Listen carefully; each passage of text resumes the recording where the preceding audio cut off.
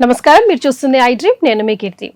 225 సంవత్సరాలకు గాను జూలై 13న మహా అద్భుతమైన రోజు రాబోతోంది. మరి ఈ రోజు ముఖ్యంగా వివాహం అవ్వక బాధపడుతున్న వాళ్ళు ఎలాంటి ద్రవ్యాలతో శివయ్యకి పూజ చేయాలి, ఇలాంటి ఎన్నో విషయాలు మనకు తెలియజేయడానికి బ్రహ్మశ్రీ నందిబట్ల శ్రీహరి శర్మ గురుగారు ఉన్నారు. నమస్తే గురుగారు. వాగర్థావివ సంపృక్తౌ వాగర్థ ప్రతిపత్తయే జగతః పితరౌ వందే పార్వతీ పరమేశ్వరౌ. ఆదిత్యాయ చ సోమాయ మంగళాయ బుధాయ చ గురుశుక్ర శనిభ్యశ్చ రాహవే కేతవే నమః.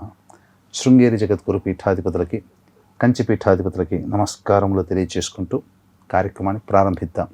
పరమ పవిత్రమైన రోజుగా జూలై 13న చెప్తున్నారు గురుగారు. మరి ఎంతో మంది మగపిల్లలు, ఆడపిల్లలు కూడా వివాహం అవ్వక రకరకాల బాధలతో ఉన్నారు. అంటే అసలు సెటిల్మెంట్లు లేక పెళ్ళిళ్ళు అవ్వట్లేదు, అమ్మాయిలకి ఎన్నో కోరికల వల్ల పెళ్ళిళ్ళు అవ్వట్లేదు, తల్లిదండ్రులు అయితే నిజంగా బాధని ఎవరికి చెప్పుకోలేమంటున్నారు.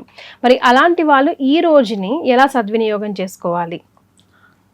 ముందుగా వీక్షించేటువంటి ప్రేక్షకులు ఈ వీడియో ఆశాంతం వీక్షించే ప్రయత్నం చేయండి. ఎందుకనంటే ఇప్పుడు చెప్పుకోబోయేటువంటి అంశం వివరణ అంతా మనం తేలిగ్గా తీసుకున్నామా, లేదా ఈ వివరణ మనం పూర్తిగా వినలేకపోయామా, ఇటువంటి రోజు మాత్రం మళ్ళీ రాదు.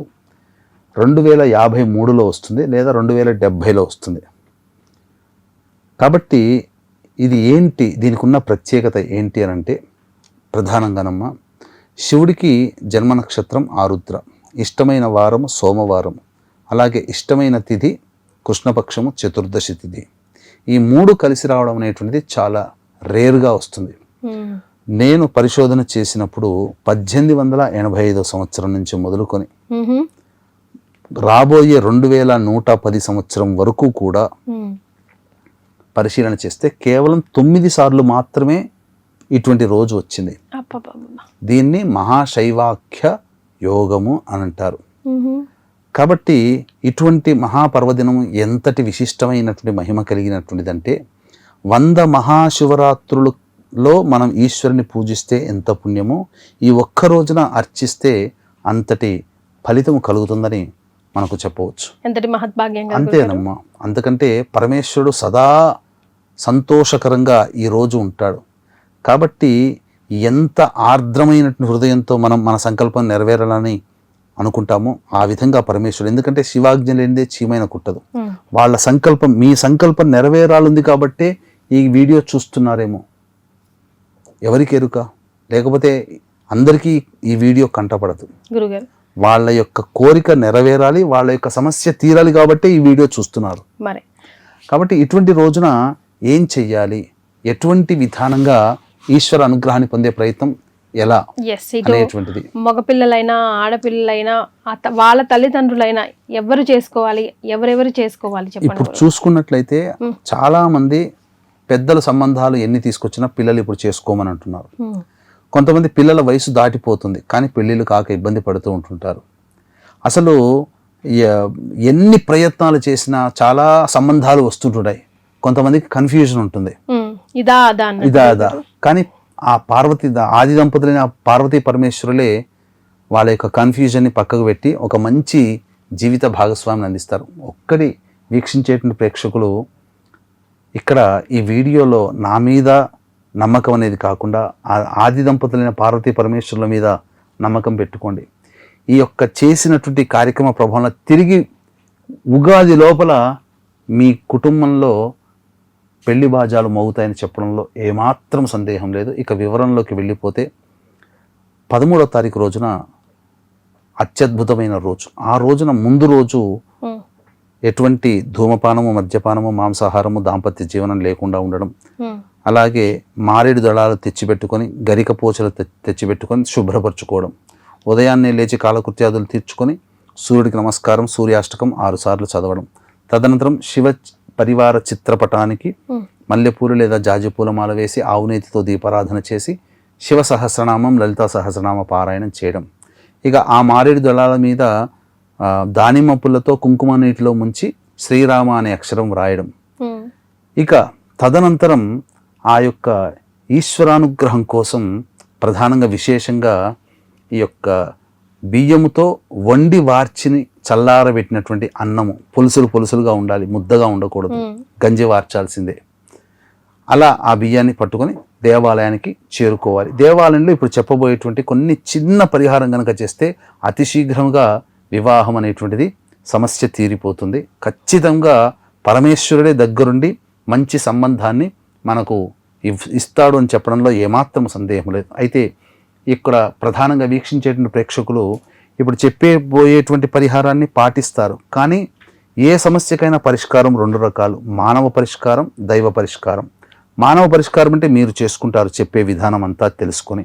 దైవ పరిష్కారం మంత్ర పరిహారంగా కావాలి కాబట్టి మన పీఠమాధ్వర్యంలో అరుణాచలంలో కానీ కాళహస్తి క్షేత్రంలో కానీ మీ జాతకరీత్యా కలుగు విద్య, వివాహ, ఉద్యోగ, దాంపత్య, అనారోగ్య సమస్యల నివారణకి, అలాగే మేష, మిథున, కర్కాటక, సింహ, కన్య, వృశ్చిక, ధనస్సు, కుంభ, మీన రాశిలో జన్మించిన వారికి శని దోష నివారణకి ప్రస్తుతం మార్చి నుంచి ఇప్పటి వరకు కూడా ఈ రోజు వరకు కూడా కాలసర్పదోషం ఉంది. కాబట్టి కాలసర్పదోషంలో జన్మించిన వాళ్ళు, అంతకుముందు కాలసర్పదోషంలో జన్మించిన వాళ్ళకి దోష నివారణార్థమే రాహుకేతు పూజలు, హోమాలు.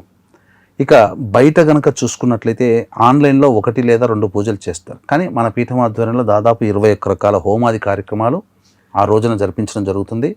గురువు కూడా కర్కాటక రాశిలో ఉన్నాడు కాబట్టి మేష, వృషభ, కర్కాటక, సింహ, ధనస్సు, కుంభరాశిలో జన్మించిన వారికి గురుదోష నివారణ పూజలు, మరీ ముఖ్యంగా నవగ్రహాల యొక్క అనుగ్రహం కావాలి కాబట్టి సంపూర్ణ నవగ్రహ పాశుపత హోమం కూడా జరిపించడం జరుగుతుంది. కరుంగలి మాల ఇస్తారు. అవకాశం ఉన్నటువంటి వాళ్ళు ఈ వీడియో చూడగానే నమోదు చేసుకునే ప్రయత్నం చేయండి. ఎందుకంటే కేవలం 54 మందికి మాత్రమే అవకాశం.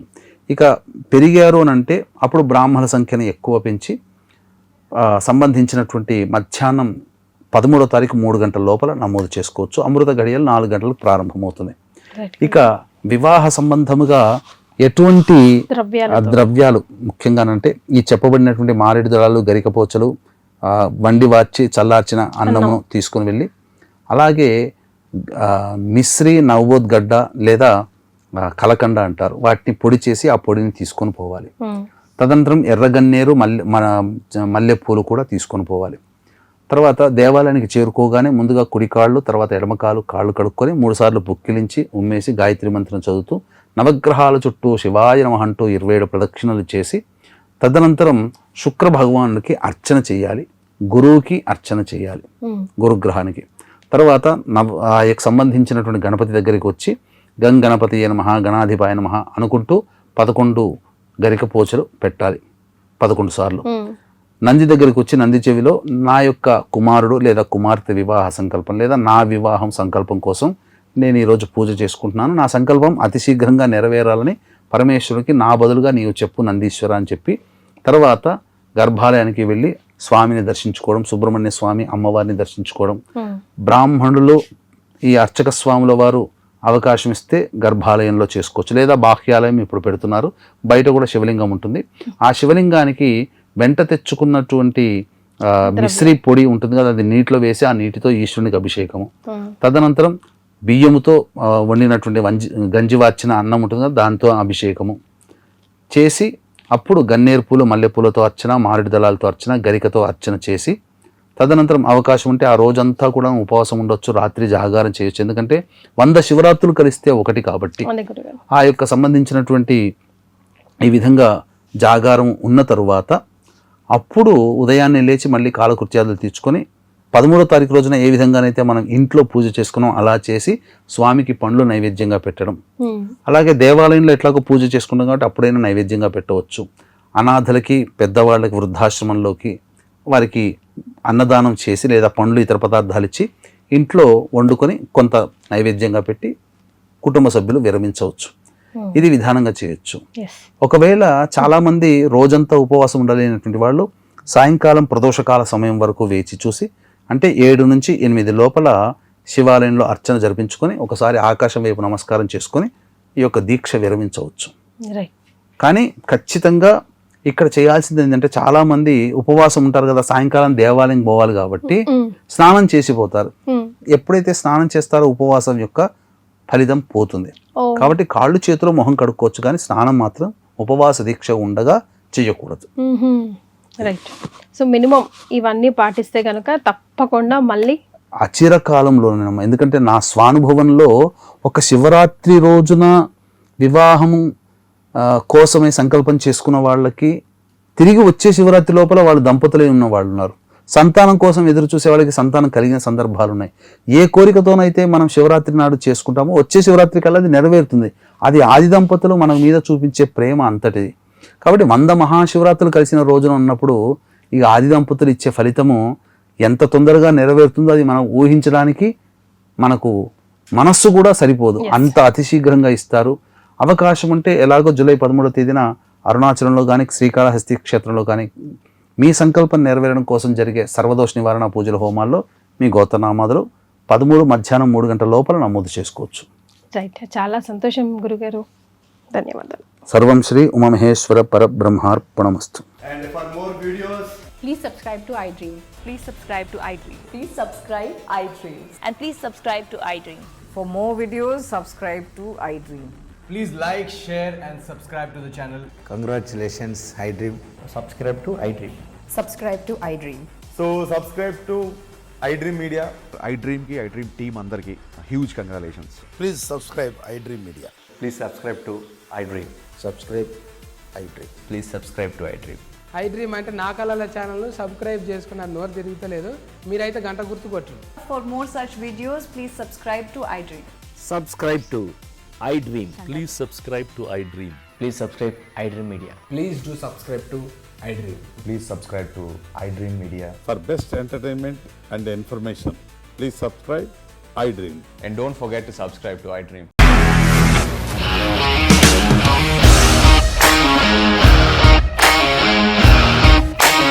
ఇండస్ట్రీలో కమిట్మెంట్ ఇష్యూస్ వస్తే నీకు కూడా వచ్చినట్టు మార్నింగ్ తీసుకెళ్ళాలంటే కొట్టి పడేస్తారు.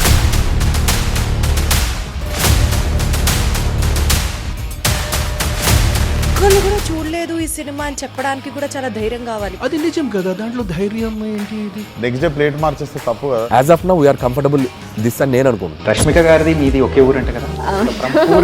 నీకు కోపం వచ్చిందంటే బాగా తిట్టేత్తరా? తిట్టేద్దామండి. నిజంగా గేమ్ ని ఎలా చేంజ్ చేయగలిగారు? ఏపీఎస్ఎఫ్సి వాళ్ళకి 6 నెలల్లో నేను 6 లక్షలు కట్టా. బిజినెస్ చేయాలనుకుంటే it is as difficult as riding a tiger.